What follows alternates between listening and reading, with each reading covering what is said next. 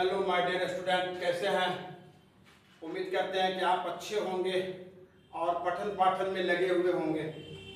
प्यारे बच्चों, आज मैं आप लोगों को एक महत्वपूर्ण टॉपिक बताने जा रहा हूँ। ये क्लास 12 का तीसरा चैप्टर का इम्पोर्टेंट टॉपिक है। इस टॉपिक में मैं आप लोगों को आज बताने वाला हूँ रिप्रोडक्टिव सिस्टम बनता कैसे है, मेल रिप्रोडक्टिव सिस्टम और फीमेल रिप्रोडक्टिव सिस्टम होता क्या है, मेल रिप्रोडक्टिव सिस्टम और फीमेल रिप्रोडक्टिव सिस्टम में कौन कौन से अंग होते हैं, इसकी संरचना कैसे बनाई जाती है, ये सब कुछ आपको मैं आज बताने वाला हूँ। तो आइए हम देखेंगे तीसरा चैप्टर ह्यूमन रिप्रोडक्शन में। पहले हम देखेंगे मेल रिप्रोडक्टिव सिस्टम। तो आइए हम मेल रिप्रोडक्टिव सिस्टम को देखेंगे। Male reproductive system, male reproductive system नर प्रजनन तंत्र, नर प्रजनन तंत्र, ये नर प्रजनन तंत्र ह्यूमन में मेल रिप्रोडक्टिव सिस्टम होता क्या है, मेल रिप्रोडक्टिव सिस्टम की संरचना क्या होती है, तो मैं आपको आज बताऊंगा कि मेल रिप्रोडक्टिव सिस्टम का बिल्कुल आसान तरीका है बनाने का।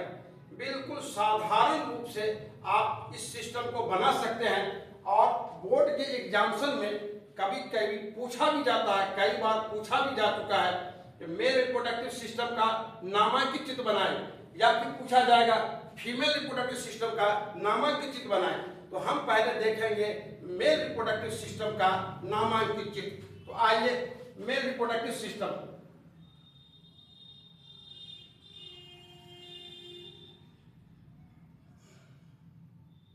मेल रिप्रोडक्टिव सिस्टम हम पहले पेनिस को बनाएंगे। पेनिस के बाद ये स्क्रोटम होता है और स्क्रोटम के आगे ये, चूंकि यहाँ जो पेनिस के बगल में जो त्वचा की बनी हुई जो पौच होती है, स्किन का जो पौच होता है, उस पौच को हम बोलते हैं स्क्रोटम, स्क्रोटम बोलते हैं, स्क्रोटम। और यहाँ पर ये हो गया पेनिस, पेनिस, पेनिस ये पेनिस है।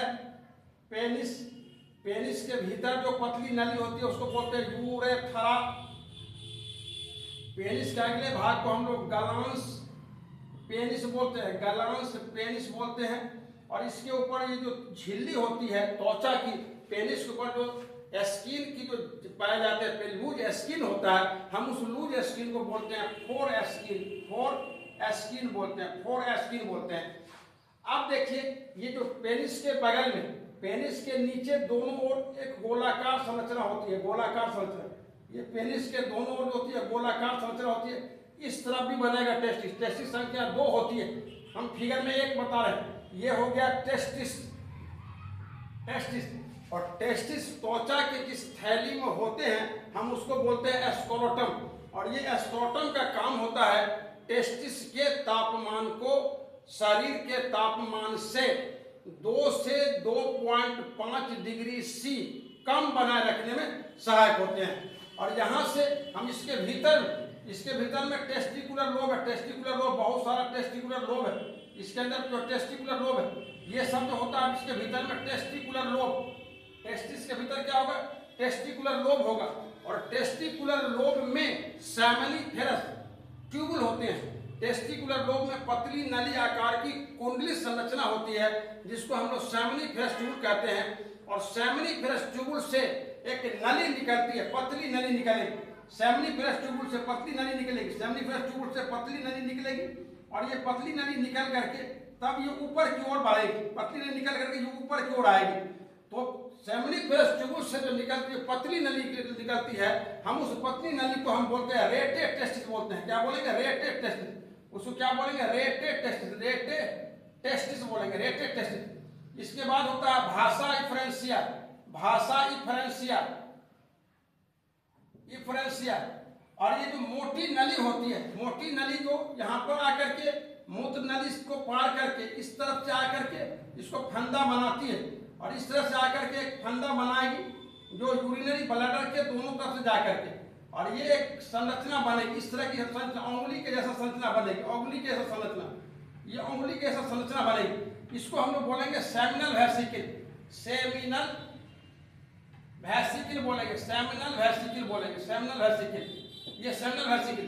और इसके नीचे, सेमिनल वेसिकल के नीचे में प्रोस्टेट ग्लैंड होता है। सेमिनल वेसिकल के नीचे में यहाँ पर एक जो है ग्लैंड पाई जाती है। सेमिनल वेसिकल के नीचे एक ग्लैंड पाई जाएगी, जिसको हम लोग बोलेंगे प्रोस्टेट ग्लैंड,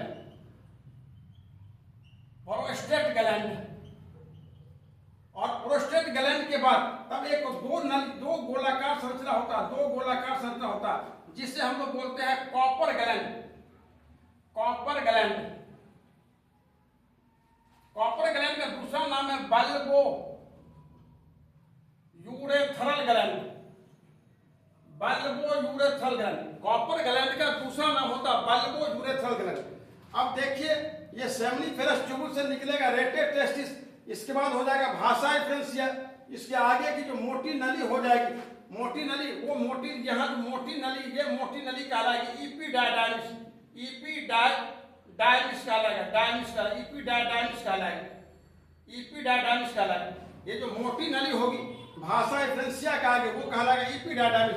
और इस तरफ जो हम देख रहे हैं नली को, इसको बोलेंगे भास डिफरेंस, भास डिफरेंस।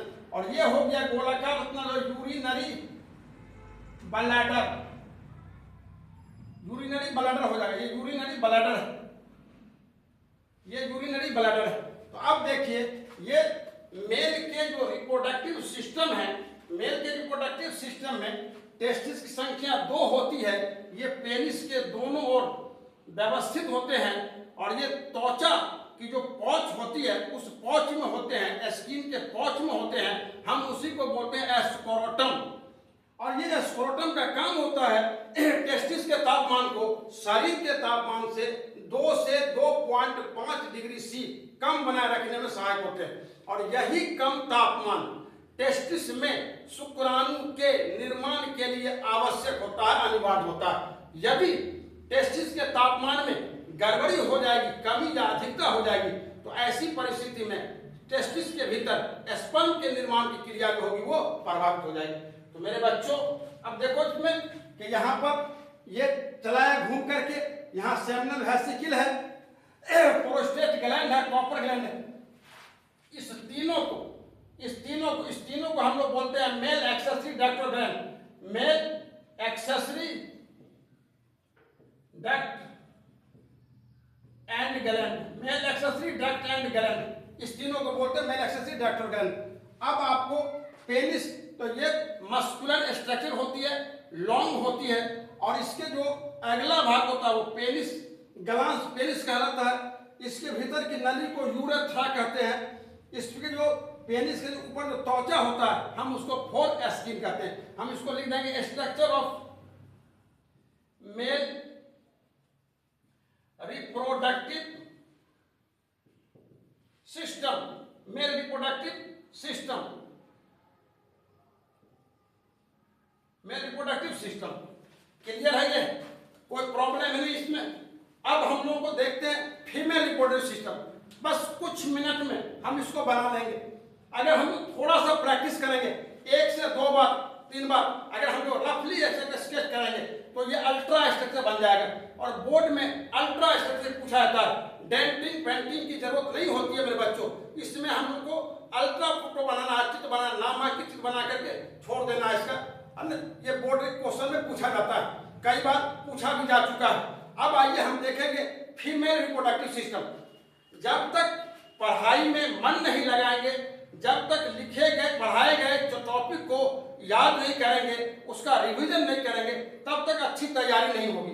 अच्छी तैयारी के लिए अच्छी मेहनत की भी जरूरत पड़ती है। इसलिए अच्छी तैयारी तब होगी जब आपका मेहनत अच्छा होगा, और मेहनत अच्छा तब होगा जब आप ध्यान से पढ़ेंगे। तो आइए हम देखते हैं female reproductive system. Female reproductive system, मादा प्रजनन तंत्र, प्रजनन प्रजनन तंत्र, मादा प्रजनन तंत्र। अब मादा प्रजनन तंत्र में हम इसका फिगर देखते हैं। ये उल्टे नाशपाती के समान संरचना होती है, उल्टे नाशपाती के समान।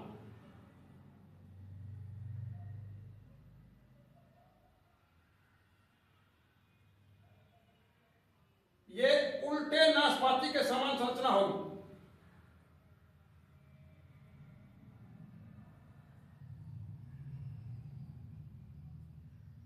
ये फीमेल रिप्रोडक्टिव सिस्टम। अब फीमेल रिप्रोडक्टिव सिस्टम में हम लोग यहाँ पर देखते हैं ये ओवरी है, ये ओवरी है। ओवरी एक झिल्ली के द्वारा गर्भाशय से जुड़े होते हैं, झिल्ली के द्वारा गर्भाशय जुड़े होते हैं। इसके भीतर ये जो गर्भाशय है, गर्भाशय में 3 परत होते हैं, 3 परत होते हैं।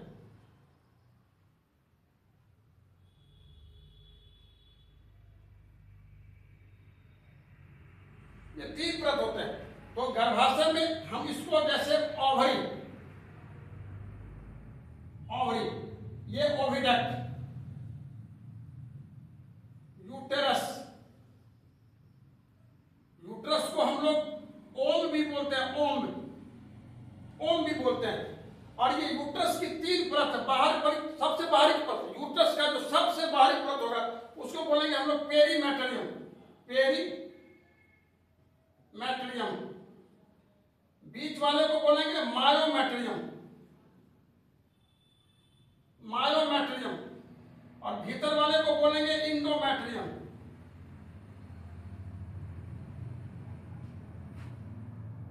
ये सर्विक्स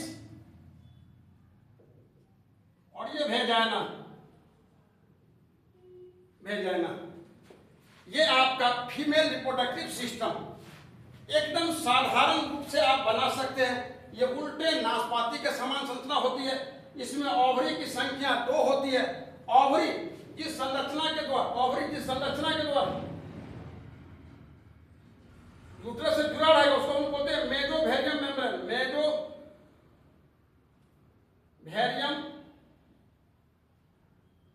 मेम्ब्रेन,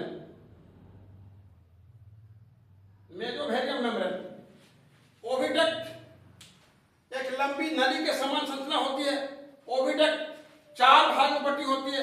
ओविडक्ट के अगले भाग को हम फिम्बरी कहते हैं, इसके चौड़े भाग को इनफंडिबुलम कहते हैं, इसके पीछे वाला भाग को एम्पुला कहते हैं, और सबसे पीछे के भाग को हम इस्थमस कहते हैं। ये यूट्रस, ये गर्भाशय उल्टे नाशपाती के समान संरचना होती है। इसमें 3 परत होते हैं।